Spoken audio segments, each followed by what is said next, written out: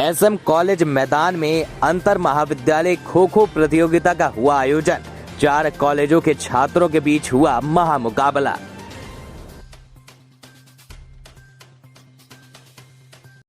सौंपे गए खेल अंतर महाविद्यालय प्रतियोगिता का आयोजन आज सुंदरवती महाविद्यालय में हो रहा है। आज का खेल खो खो प्रतिस्पर्धा है, जिसमें 4 छात्राओं की टीम ने भाग लिया है। सुंदरवती महिला कॉलेज भागलपुर चूँकि होस्ट है, TNB college Bhagalpur, SSB college Kahalgaon और मदन एलिया महिला कॉलेज नवगछिया की 4 टीमें, छात्राएं विशेषकर यह छात्राओं का ही खेल है, यहाँ दिया गया है। छात्राएं भाग ले रही हैं। सब बच्चों को शुभकामनाओं के साथ बेहतर प्रदर्शन करें, बेहतर भविष्य की शुभकामनाओं के साथ। धन्यवाद। भागलपुर में 7 माह के बकाये मानदेय भुगतान को लेकर तिलका मांझी भागलपुर विश्वविद्यालय के अतिथि शिक्षक संघ के द्वारा विश्वविद्यालय के प्रशासनिक भवन में 1 दिवसीय धरना का आयोजन किया गया। मुख्य उद्देश्य है अतिथि शिक्षकों के मानदेय भुगतान की मांग। मई 2022 से नवंबर बीत चुका है, हम लोगों को मानदेय का भुगतान नहीं किया गया है। विश्वविद्यालय में और जितने भी शिक्षक हैं, शिक्षकेतर कर्मी हैं, संविदा कर्मी हैं, सबों को नियमित भुगतान किया जा रहा है। सिर्फ अतिथि शिक्षक एक ऐसे हैं जिनको कि मई से आज तक मानदेय का भुगतान नहीं किया गया है। दुर्गा पूजा बीत गया, दीपावली बीत गया, छठ बीत गया, अब नया साल आने को है। सभी के घर में तरह तरह की परेशानी है। सारे साथी घोर आर्थिक संकट से गुजर रहे हैं। इसके मांग को लेकर के हम लोग दुर्गा पूजा के समय में कुलपति से मिलने गए थे। कुलपति ने ठोस आश्वासन दिया था हम लोगों को कि पूजा से पहले आप लोगों के अकाउंट में पैसा चला जाएगा, लेकिन उनका बात जो है कोरा आश्वासन साबित हुआ। उन्होंने सिर्फ हम लोगों को ठगने एवं छलने का काम किया है। तो हम लोग अपने मानदेय भुगतान की मांग को लेकर के आज यहाँ पर धरना पर बैठे हुए हैं। अखिल भारतीय विद्यार्थी परिषद नगर इकाई भागलपुर के द्वारा सामाजिक समता दिवस के उपलक्ष्य पर कार्यकर्ताओं व मारवाड़ी कॉलेज के छात्रों ने मारवाड़ी कॉलेज से स्टेशन अंबेडकर चौक तक जागरूकता रैली निकाली और उसमें भीमराव अंबेडकर के किए गए कार्यों के बारे में बताया। वहीं कार्यकर्ताओं ने डॉक्टर भीमराव अंबेडकर की मूर्ति पर माल्यार्पण भी किया। भागलपुर नगर इकाई के द्वारा देश के महापुरुष बाबा साहब भीमराव अंबेडकर जी की पुण्यतिथि, जिसे हम लोग सामाजिक समरसता दिवस के रूप में मनाते हैं, मारवाड़ी कॉलेज से सामाजिक समरसता दौड़ का आयोजन किया गया और वहां से चल करके हम लोग यहाँ पर बाबा साहब भीमराव अंबेडकर जी की जो मूर्ति है यहाँ पर स्टेशन चौक पर यहाँ पर आए हैं। बाबा साहब भीमराव अंबेडकर एक महान शिक्षाविद, महान लेखक, महान समाज सुधारक, महान अर्थशास्त्री, महान कानूनविद और देश के प्रथम कानून मंत्री थे। उनके द्वारा कही गई बातें आज भी प्रासंगिक है और देश में छुआछूत के खिलाफ हो, कुरीतियों के खिलाफ हो, महिला अधिकार की बात हो, श्रमिक अधिकार की बात हो, शोषितों, पीड़ितों, वंचितों की बात हो, हर लोगों के लिए बाबा साहब भीमराव ने संघर्ष किया। उनका जीवन ही संघर्ष भरा रहा। उनके जीवन से हमें प्रेरणा मिलती है। आज यहाँ पर उपस्थित सभी युवाओं से आग्रह करते हैं उनकी जीवनी को जरूर पढ़ें और आपके जीवन में एक बदलाव आएगा। इन्हीं शब्दों के साथ मैं अपनी वाणी को विराम देता हूँ। भारत माता की जय, वंदे मातरम। बाबा साहब अमर रहे, अमर रहे।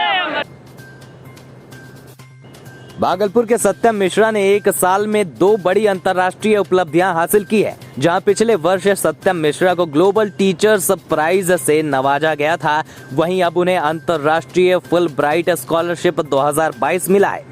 अमेरिका द्वारा ये स्कॉलरशिप विश्व भर में 40 लोगों को दिया जाता है, जिसमें से 4 स्कॉलरशिप भारत को ही मिलता है। कितनी खुशी हो रही है और एक बड़ी उपलब्धि बेटे को मिली है।